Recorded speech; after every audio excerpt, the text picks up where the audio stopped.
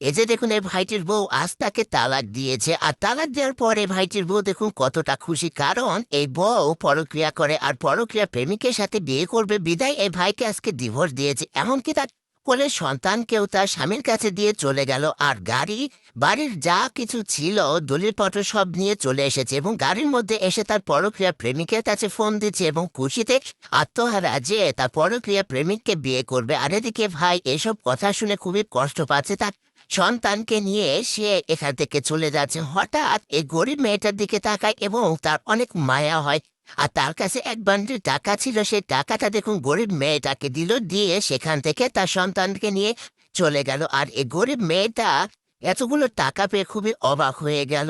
আর অনেক বছর কেটে গেল, অনেক বছর পর এই লোকটি আসলে অনেক গরিব হয়ে যায়, তার অবস্থা খুবই খারাপ হয়ে যায়, পথে পথে বোতল কুড়িয়ে বেড়ায়।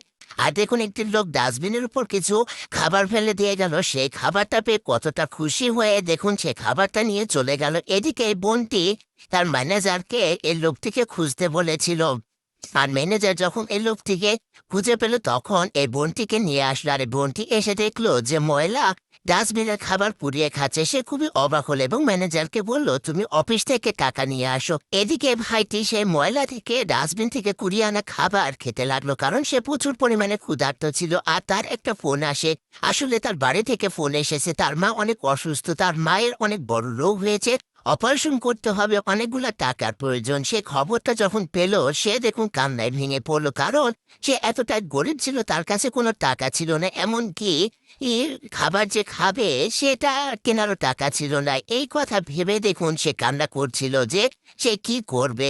এমন অবস্থায় সে মেয়েটি তার কাছে আসে, আসার পর তাকে জিজ্ঞেস করে যে আপনার কি হয়েছে, আপনি কি আমাকে চিনতে পারছেন? তখন লোকটি খুবই অবাক হয়ে যায় এবং সে উঠে দাঁড়িয়ে বলে আপনাকে তো চিনলাম না। তখন এই বোনটি বলে আপনি একটু মনে করেন বেশ কিছু বছর আগে আপনি আমাকে অনেকগুলো টাকা দিয়েছিলেন, আর সেই টাকা না যাকে দিয়েছিলেন সে আমি। তখন এই লোকটি খুবই অবাক হয়ে যায় এবং বলতে থাকে আপনার এই অবস্থা, আপনি তো অনেক গরিব ছিলেন, আপনি এত বড় লোক কিভাবে হলেন? তখন এই বোনটি বলে আসলে আপনি যে টাকা দিয়েছিলেন ওই টাকা দিয়ে আমি ব্যবসা করি, আর ব্যবসায় অনেক বড় উন্নতি হয়, যার কারণে আমি এখন কোটিপতি। তখন এই লোকটি খুবই খুশি হলো এবং এই বোনটি জিজ্ঞেস করলো আপনার এমন অবস্থা কেন? এ ভাইটি বলল আসলে আমি নিঃস্ব হয়ে গেছি, আমার এখন আর কোনো কিছু নেই, এখন আমি রাস্তায় রাস্তায় বোতল কুড়িয়ে বেড়াই, এই যে দেখুন আমি ডাস্টবিন থেকে খাবার কুড়িয়ে খাচ্ছি, আমার খাবার কেনার মতো টাকা নেই। তখন এই মেয়েটি লোকটির কথা শুনে খুবই কষ্ট পেতে লাগলো। এমন অবস্থায় দেখুন এই মেয়েটির ম্যানেজার এসেছে, অনেকগুলো টাকা নিয়ে এসেছে, সেই টাকাগুলো দেখুন এই লোকটিকে বলল যে আপনি এই টাকাগুলো রাখেন। তখন এই লোকটি নিতে রাজি হলো না। তখন ম্যানেজার বলল যে আসলে ম্যাডাম আপনার টাকা নিয়ে অনেক বড় লোক হয়েছে, আর এই টাকা পয়সা বুঝিয়ে রেখেছে শুধুমাত্র আপনার জন্য, আমাকে বলে রেখেছিল আপনার খোঁজ করতে। কত বছর হয়ে গেল, এত বছর ধরে ম্যাডাম আপনার খোঁজ করেছে। তখন এই বোনটি যখন টাকাটা নিতে চাইলো না তখন একটা প্রস্তাব জানালো, বলল আপনি যদি রাজি থাকেন তাহলে আপনাকে আমি বিয়ে করতে চাই। তখন দেখুন এই লোকটি কিন্তু রাজি হয়ে গেল এবং এই বোনটি টাকাটাও নিল।